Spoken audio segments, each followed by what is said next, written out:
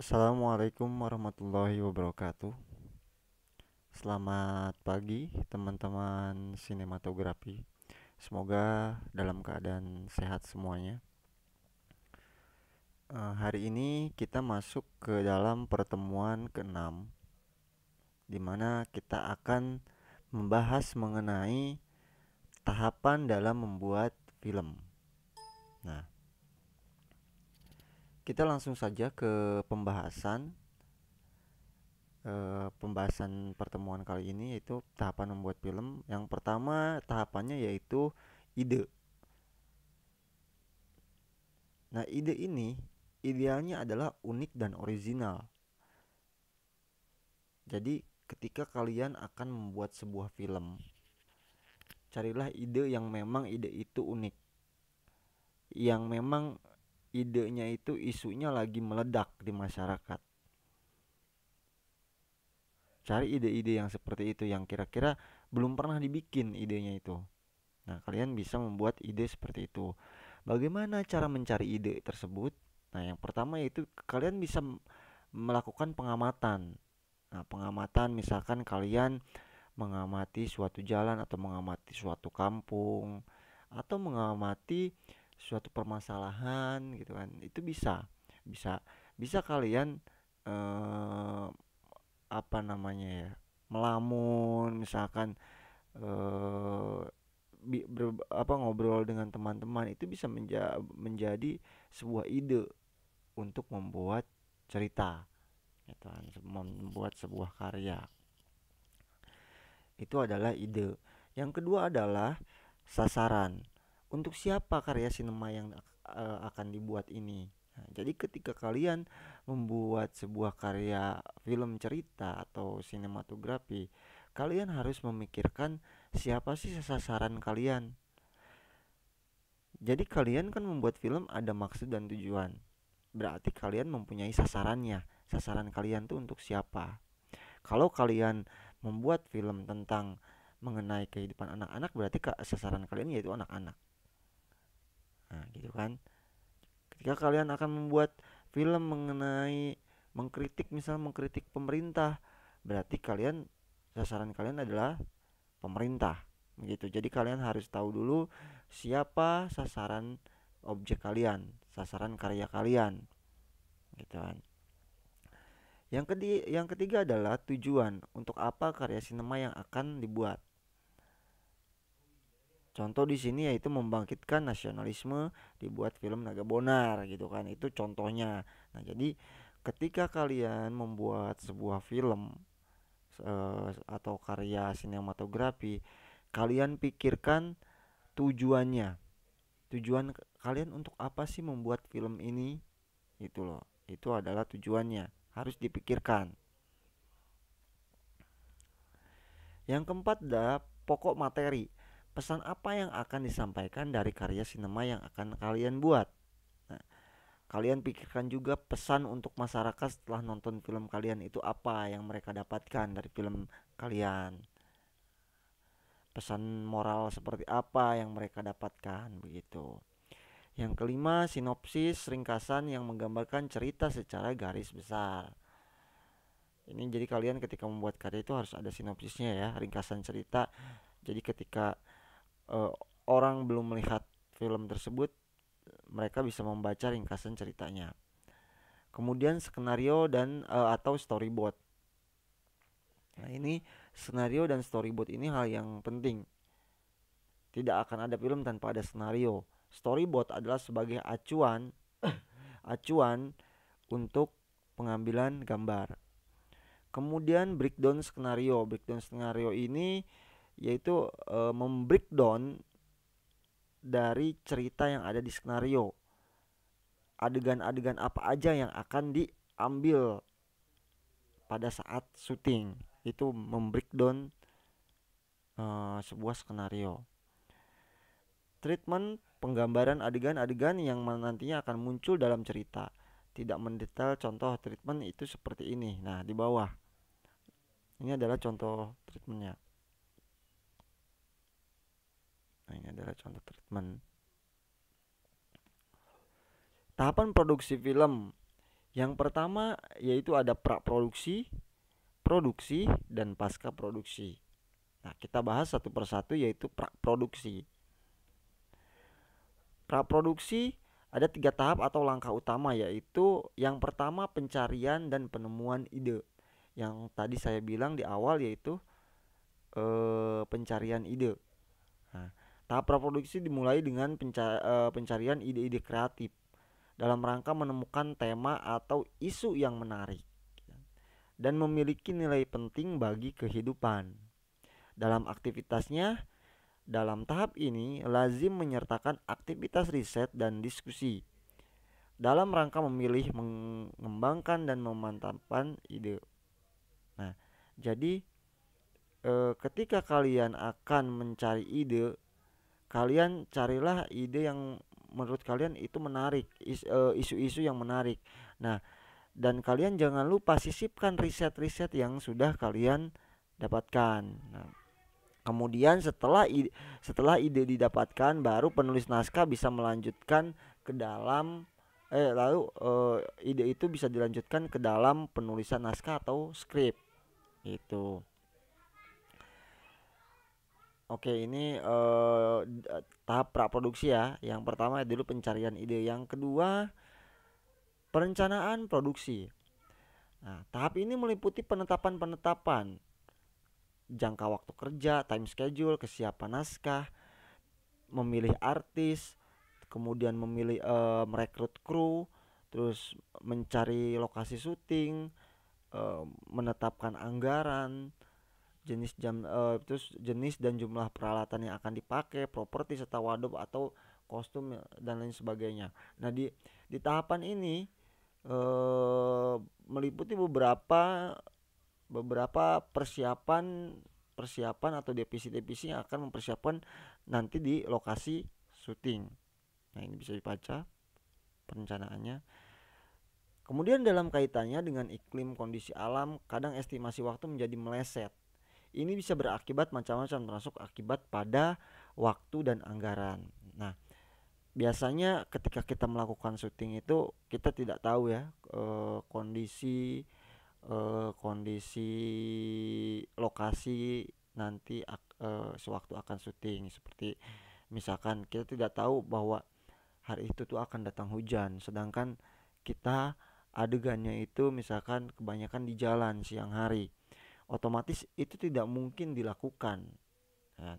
Yang pada akhirnya kita akan mundur waktu gitu kan, mundur waktu.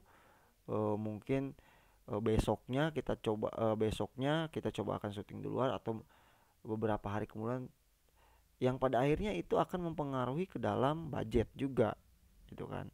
Budget akan bertambah juga dikarenakan ada penambahan hari gitu. Yang ketiga adalah persiapan produksi. Nah, tahapan ini meliputi aktivitas-aktivitas yang dilakukan dalam rangka membereskan beberapa hal seperti perizinan, terus kesiapan artis, latihan atau reading, memeriksa kesehatan kru dan artis, pembuatan setting, pemeriksaan alat properti. Nah, ini lebih ke teknis di sini persiapan produksi itu. Yang kedua yaitu tahap produksi. Dalam tahap produksi, sutradara bersama kru dan artis berupaya mewujudkan perencanaannya. Termasuk di dalamnya adalah naskah yang telah disempurnakan menjadi gambar dan suara yang siap untuk disusun hingga mampu bercerita. Nah, di tahap produksi ini sutradara sudah siap untuk mewujudkan perencanaan tadi di praproduksi. Termasuk di dalamnya adalah naskah yang telah disempurnakan di sini. Jadi ketika praproduksi ini naskah harus benar-benar sempurna, tidak ada revisi lagi. Jadi pas produksi itu bisa langsung mengacu pada naskah yang sudah fix gitu kan.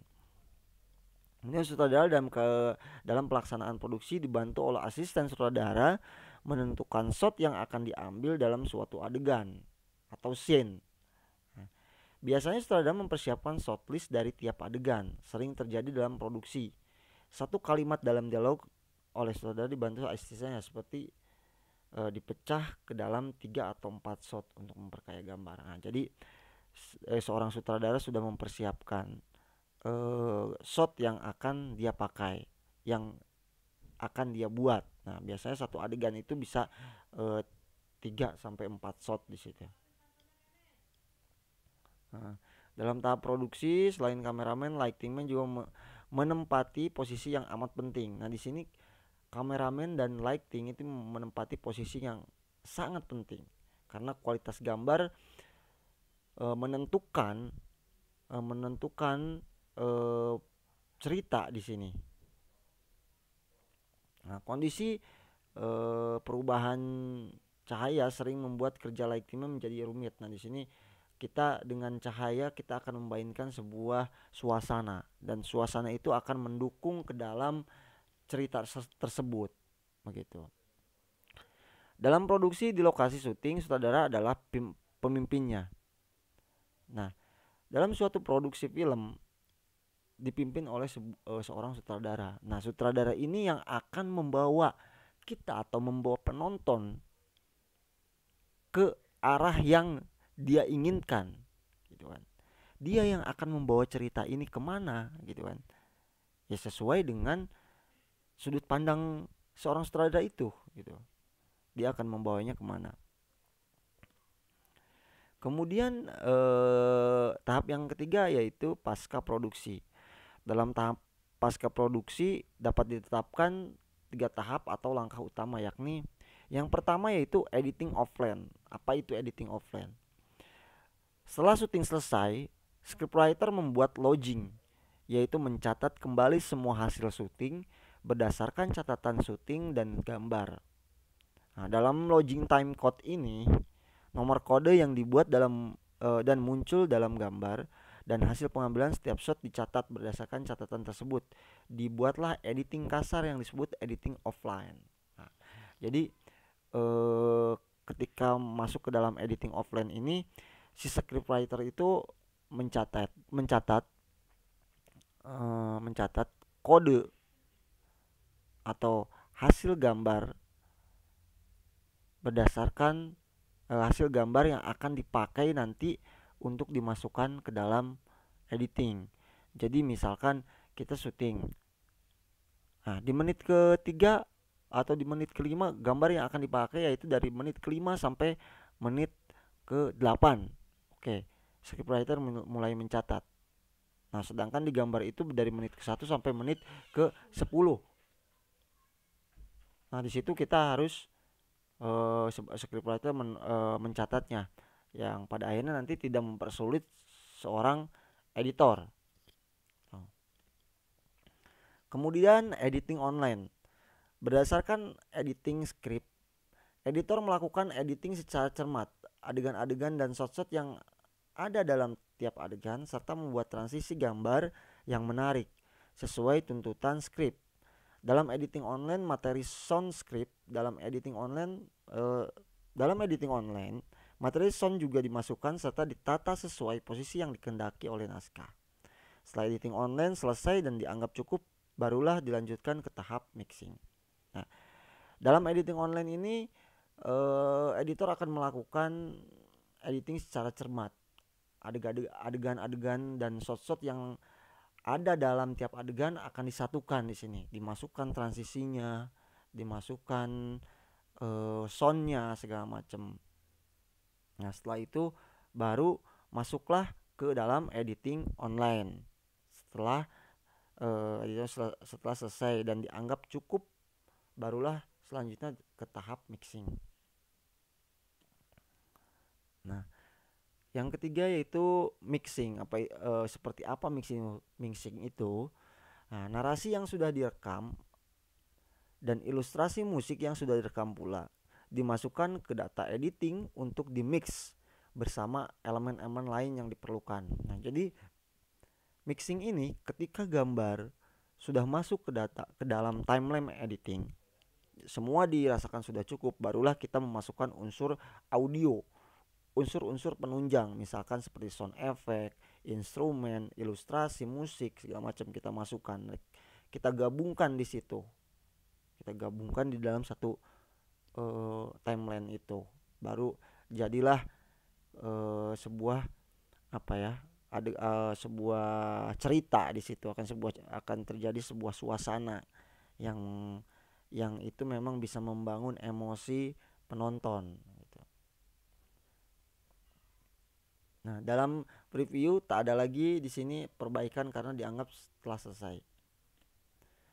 Kemudian proyek pengembangan film, setiap produk film tidak akan menjadi bagus apabila tidak disertai dengan alur cerita yang jelas. Alur cerita dapat disajikan dalam beberapa cara. Yang pertama yaitu sinopsis, narasi, treatment, skrip skenario, skrip dialog, dan storyboard. Nah, jadi sebuah cerita tidak akan bagus apabila kelima poin ini tidak ada. Jadi ketika kalian akan membuat cerita, buatlah sinopsisnya, kemudian treatmentnya, skenario, dialog, dan storyboard. Alat penyajian atau alur cerita. Yang pertama narasi. Secara naratif, alur cerita dapat disampaikan dalam bentuk sebuah uraian panjang lebar tentang suatu peristiwa, kejadian atau situasi. Banyak produk film yang diambil dari alur cerita buku-buku fiksi maupun non fiksi. Nah, pada saat ini banyak sekali film yang dibuat mengadaptasi pada sebuah novel atau buku yang nantinya dia akan membuat ceritanya secara visual gitu kan. Nah, kelemahannya sulitnya menerjemahkan deskripsi naratif ke dalam bentuk visual. Nah, biasanya para penulis itu dia kesulitan menerjemahkan dari sebuah tulisan ke dalam sebuah visual. Nah, kekuatan alur cerita dapat dipahami secara kronologis di sini. Nah, ini adalah contoh sinopsis. Ini contoh sinopsis bisa dibaca. Pada zaman dahulu di sebuah daerah pedalaman di Kepulauan Karibia terdapat sebuah desa yang dihuni oleh bajak laut. Desa tersebut terletak tepat di bagian bawah sebuah ceruk yang terjal yang menonjol membentuk sebuah bentuk kepala naga yang siap menerkam. Nah, ini adalah contoh dari sinopsis. Nah, ini contoh juga sinopsis produsernya. Kemudian sutradaranya Iva Ispansa, penulis Iva Ispansa, pemerannya.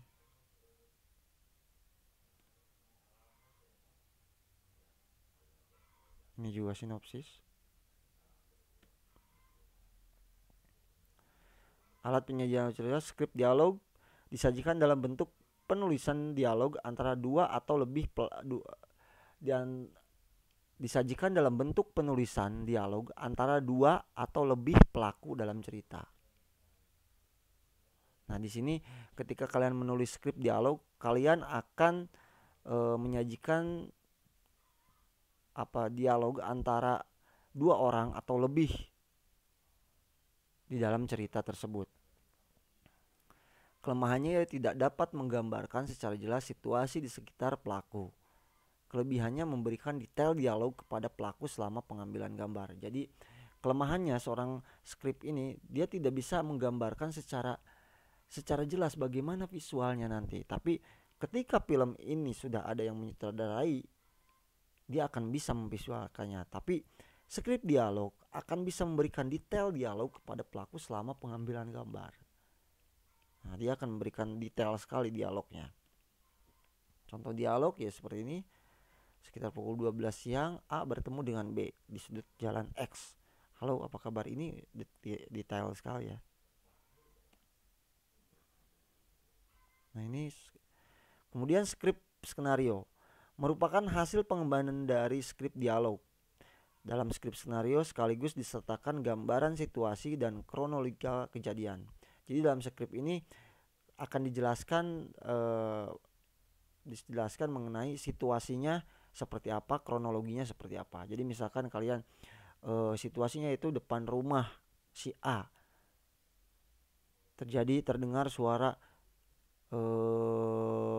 keramaian. Nah, itu adalah menjelaskan tentang situasi dan kronologi kejadian. Skrip ini juga kadang disertai dengan jadwal tayang per adegan dalam sebuah produksi film. Nah, nanti untuk masalah skrip nanti kita akan bertemu di pertemuan selanjutnya, yaitu mengenai pembuatan naskah. Kemudian kelemahan penggambaran situasi masih secara naratif sehingga kadang sulit diterjemahkan dalam bentuk visual. Yang tadi masalah kelemahan sudah saya jelaskan. Kelebihannya itu urutan kronologis kejadian dan dialog pelaku disajikan dengan sangat jelas sehingga akan sangat membantu dalam pengambilan adegan. Nah, di sini seorang scriptwriter akan sangat jelas sekali menuliskan sebuah cerita atau kronologis sehingga pada proses pengambilan gambar sangat membantu sekali. Gitu kan. Nah, ini adalah contoh potongan skenario scene 2, scene 3. Contoh potongannya. Nah, terima kasih. Itu tadi pembahasan mengenai tahapan-tahapan dalam produksi sebuah karya film gitu kan.